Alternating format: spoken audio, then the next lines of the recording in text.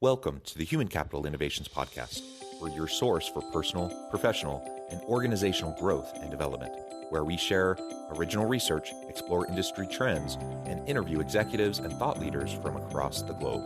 We hope you join us often for practitioner-oriented content around all things related to leadership, HR, talent management, organizational development, and change management. Maximize your personal and organizational potential with Human Capital Innovations Podcast.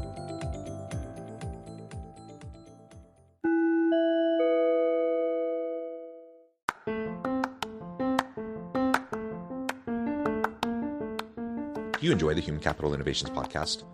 Enjoy ad-free listening by going to the Patreon page, and please consider contributing even at the producer or sponsorship level. And please leave a review.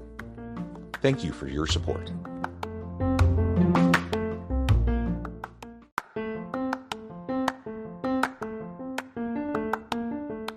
Welcome to the Human Capital Innovations Podcast. In this HCI Podcast episode, I talk with Simon Dealy about staffing trends towards prioritizing diversity, equity, and inclusion.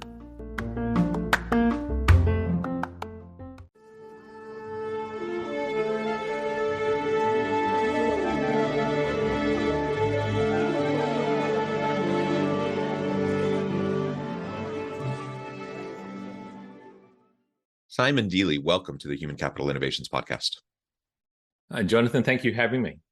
It is a pleasure to be with you today. You're joining us from the Boston area. I'm south of Salt Lake City in Utah. And today we're going to talk about staffing trends generally, but specifically towards prioritizing diversity, equity, and inclusion. As we get started, I wanted to share Simon's bio with everybody. Simon Dealy is CEO of Higher Technologies. He is a senior executive with a wealth of achievement in operations, finance, strategic planning, M&A, business development, and company startups. With over 20 years of seasoning across a broad spectrum of industries and multiple countries, Simon has proven experience in identifying strategic issues, dramatically improving sales, administering the organization, raising capital, and improving processes. Having served in many C-level roles and as a management consultant, he enables corporations to have a well thought out and executed business strategy and financial plan, take calculated risks that allow the business to embrace change, and possess a good understanding of the competitive landscape and the client needs. A wonderful background. I really appreciate you taking the time to meet with me and my audience today.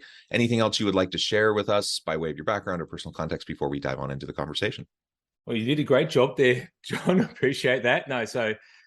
Just from the accent, I'm originally from Australia, moved to the US back in 2000. I don't think I'm losing this accent anytime soon, living in the US for 22 years. And like you said, operating in professional services my entire career, banking and finance, legal, Big Four accounting, owned my own global consulting firm, and now it's working with Higher Technologies, which is it's a capital allocator. We're doing a consolidation strategy through human capital, buying and bringing in staffing companies, HR consulting, and SaaS related technologies into the business. So yeah, thank you again for having me on the podcast today. Yeah, excellent. And it is cool. You're doing some great stuff with Higher Technologies, and I'd love for you to just share a little bit more about that as we're going through and discussing the topic today, because it relates heavily to what we're going to be talking about. Let's start with just laying the landscape a little bit. What are some of the broadest staffing trends that you're seeing right now? We're coming out of this pandemic that's kind of moved into endemics form. It's going to be here forever, but hopefully a little bit less serious or concerning, from a public health standpoint. But organizations are still grappling with it. We've been dealing with the Great Resignation, the Great Reawakening, the Great Reevaluation, quiet quitting. All of the buzzwords that people have been throwing around. The bottom line is it's a tight labor market. It's hard for organizations to get good people and to hang on to them.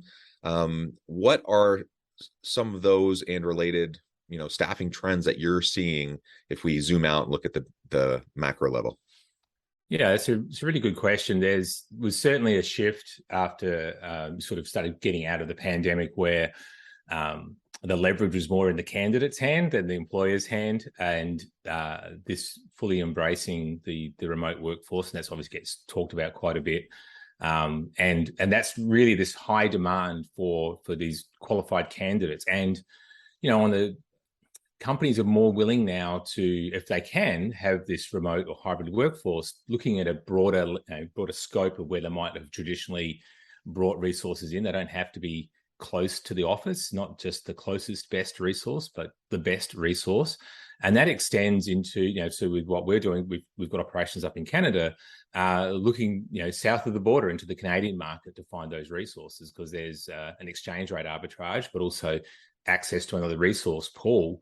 And so, companies are still struggling with, how do we handle the bringing those resources into the business that don't want to be full-time in the office, having that hybrid environment that allows them to get the people they want and also retain. You talked about the Great Resignation. There are a lot of opportunities out there, even with the tightening economy.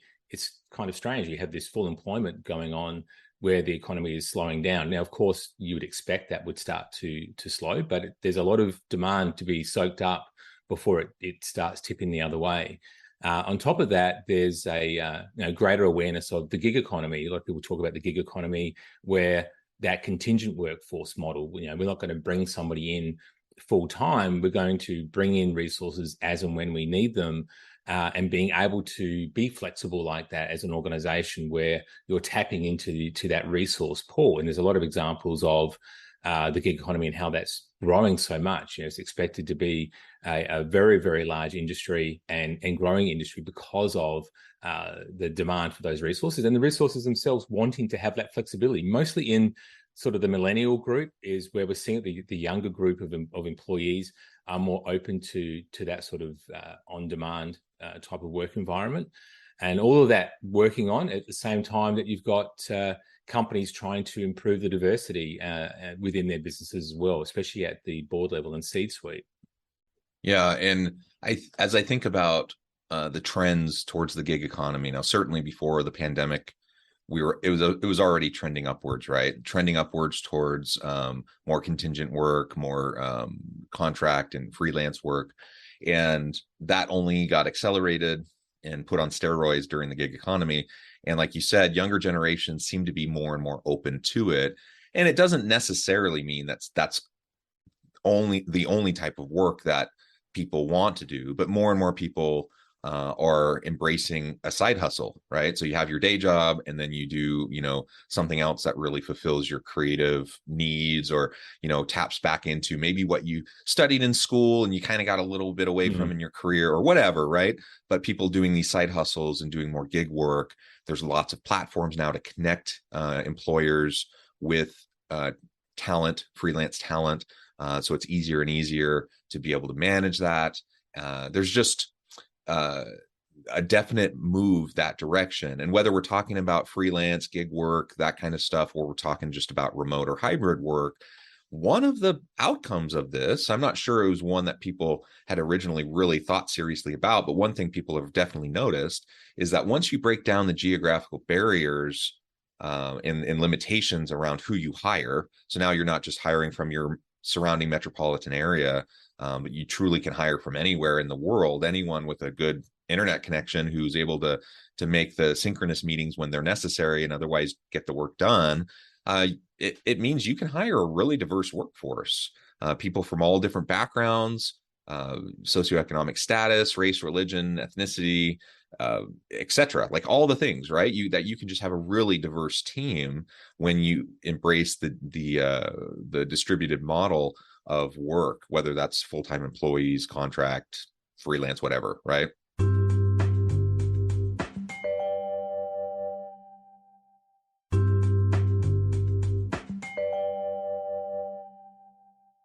Yeah, absolutely. And I think that was probably the focus companies were having as well. Look, there was a lot of calls and demand for, diversity at the board level and trying to improve that diversity at the C-suite. And that's obviously filtering down throughout the entire organization, because a lot of benefits come from having that within your business. You're having these different opinions, different viewpoints of the world actually makes teams much more productive and efficient, because you're not going to get that traditional groupthink that you might have, and you are, as embracing those other opinions and getting different perspectives on the problem.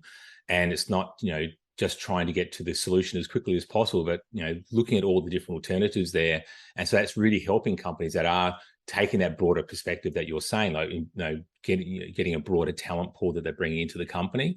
So it's a huge benefit to them. Plus, also, we're seeing companies seeing a lot of other benefits as well. There's the mental health aspect too, because you're not requiring people are staying connected and they're feeling part of a community, but they're also not required to have this commute and missing time with their families. And that's another big part of why it's helpful to have that workforce that you can have being remote, because they're going to get a lot of benefits from that.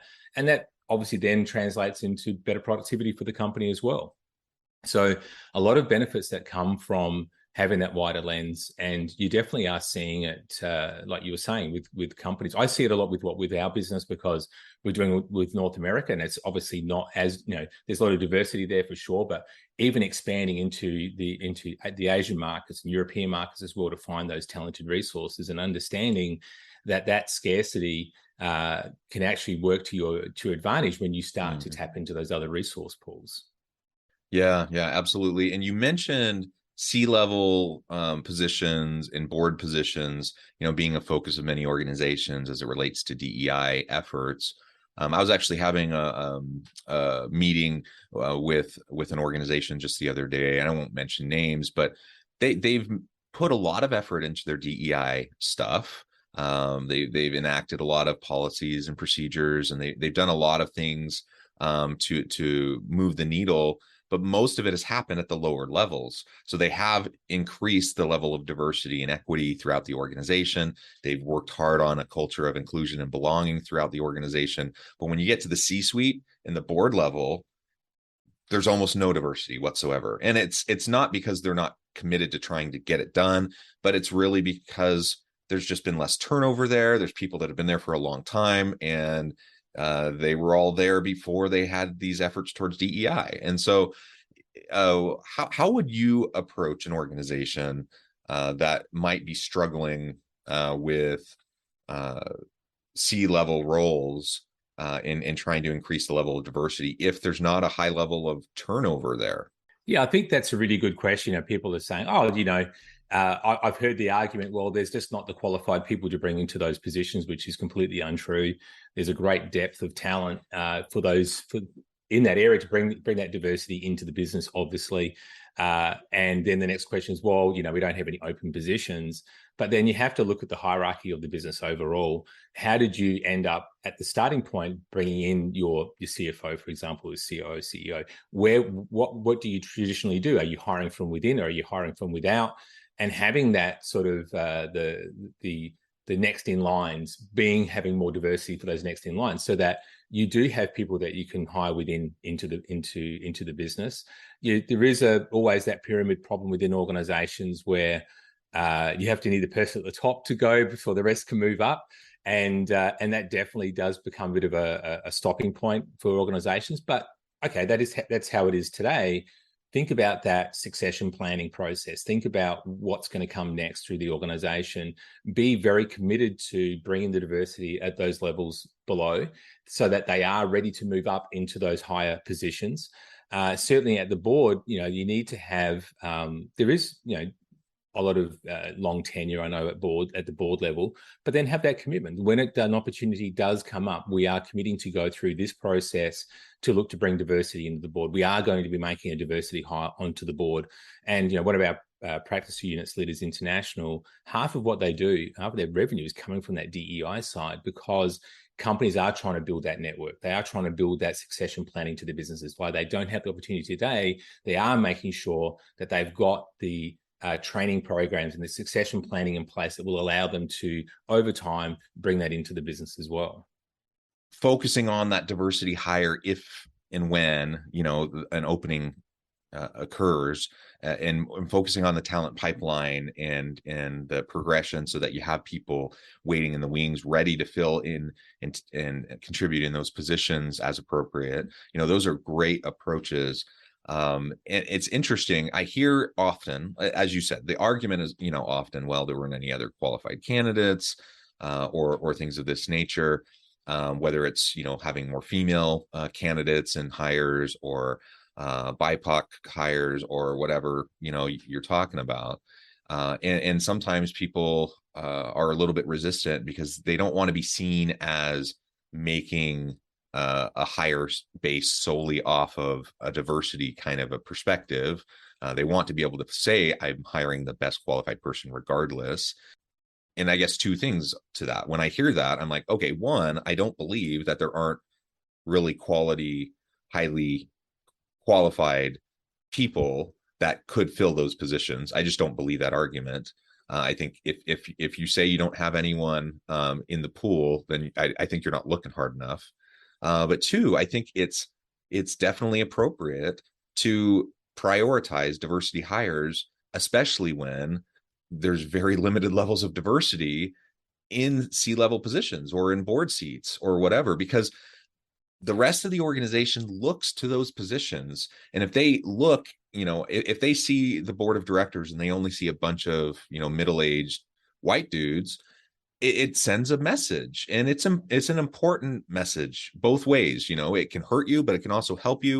And it's not just about the PR, but it's about the culture of the organization. Same with C-level roles, that it is important. Now, I'm not saying you need to say absolutely we're going to hire a woman of color for this position, absolutely, but let's look at how we can prioritize diversity hire if we're really lacking in that area, to really shore up what we're trying to accomplish. And I think if we open our minds a little bit to what it looks like to have a really good qualified person, get rid of the, prune back the unnecessary stuff that we might think is necessary, but it's really just limiting the pool, then all of a sudden we can really get the best of both worlds.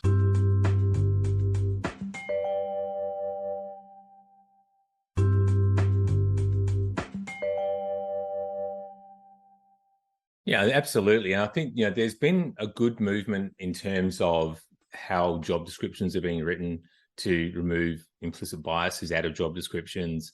People talk about how, is AI going to really help us get rid of biases like that? A lot of the applicant tracking systems now have a certain, mechanical process that resumes will go through to help remove some of those biases. But then having a commitment that, okay, we're going to have a job description written for what we need in that skill set within the position, but we are going to have a preference towards bringing a diversity hire into the company.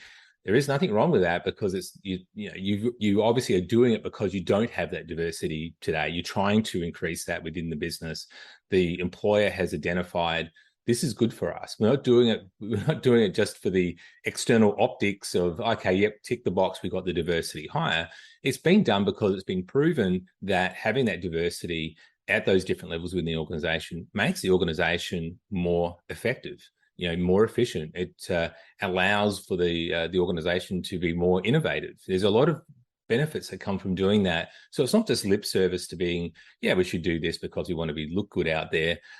Trust me, the companies want to make money. They know they want to be effective and efficient, and it's being identified that this is a great way to do that. So that's, I think, another reason why companies adds to all the positive reasons why companies want to be doing this. Yeah, I often talk about the combination of the business case, which is clear. You just outlined many of the benefits. It helps the bottom line. It increases levels of critical thinking and innovation and creativity within the organization, better strategic planning, the ability to look around the corner and anticipate the change and the challenges that are going to impact the organization. All of that increases as we get more diversity around the table of all varieties. But there's also the human case of just like, let's be good to everyone. Let's, when we talk about equal employment opportunity, is that just something we say and we try to comply legally with kind of the minimum bar, or is it something we actually are committed to? And if we're really committed to it and we're focused on not only the business case, but the human case of just treating everyone with dignity and respect and equitably, again, it's a win-win. Like, we can have really dynamic organizations of inclusion and belonging, where everyone has the opportunity to come to the workplace, be their true authentic self, contribute in meaningful ways where they're valued, they're needed, they're wanted, they feel a part of the team. That's the ideal. That's what we all want. That's what we all want. We want to work in an organization and a team like that. And that's what everyone else wants too.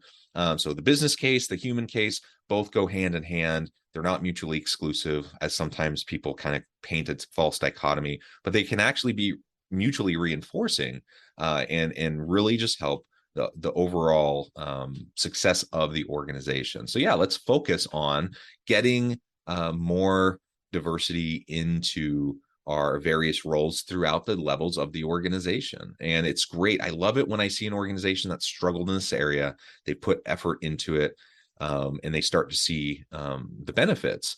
But it can often take a little bit longer to get to those top levels. If for no other reason, then there's just not as many positions, right? Right. Exactly. At the higher levels of the hierarchy. And so you have to be extra committed and extra attentive to making sure you're thinking through succession planning and all of the things that will go into helping you have more diversity as seats open up at those C-level roles. Yeah, exactly right. Yeah, it's quite interesting. When I had my previous company was a global consulting firm, and I got to travel to a lot of different regions and got to see a lot of different cultures, and it was a great experience, because you can't take those preconceived ideas and how you would operate businesses even in these other regions. You can't take that, what my US operation and put it into Japan or China or other parts of Europe and expect it's going to work exactly the same. It's just you get a greater sensitivity, but the things that you learn from that process are great because you can apply them across the whole organization. So yeah, again, I think we're obviously saying there's some great benefits there, but it can take time. It's not always a quick thing to have happen. And as opportunities arise within an organization, you need to be prepared for that. Yeah, it isn't quick. It's worth the effort. It's worth the commitment, and you will see the benefits from it. Simon, this has just been a really great conversation. I know at the time I need to let you go here in just a minute, but before we wrap things up for today, I wanted to give you a chance to share with the audience how they can connect with you, find out more about your work, your team, and then give us the final word on the topic for today. Yeah. Again, I really appreciate the opportunity to get to talk with you and your listeners. As I mentioned, I'm CEO of Hire Technologies. It's a hire.company. We are buying, consolidating within the staffing industry. We have a unique approach where we keep the brands and we let those businesses grow, and we provide them working capital to do so, but then have a consolidation of a shared services center. Want to bring all these different people together. It's really the ethos of our company's leadership, bring different leaders together and share those ideas across the business units. And, we've had 7 consecutive quarters of growth, really happy with how the business is going. So that's how you can find us, hire.company. And then certainly as we're talking about the DEI side, again, it's a very big part of one of our business units and for our business overall. And the reason it's growing so well and doing so well is because it is, again, a very, very important thing that all companies should be looking to do because of all the many, many benefits that come from that. So, John, thanks again for the time today. Thank you. I encourage my audience to reach out, get connected, find out more about what Simon and his team can do for you. And as always, I hope everyone can stay healthy and safe, that you can find meaning and purpose at work each and every day. And I hope you all have a great week. Do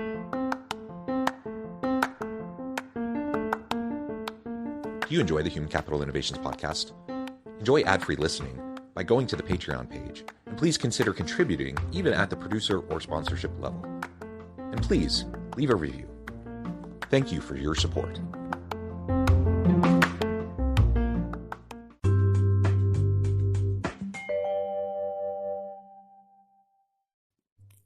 Thanks again for joining us for this episode of the Human Capital Innovations podcast. I hope you stay healthy and safe and that you have a great week.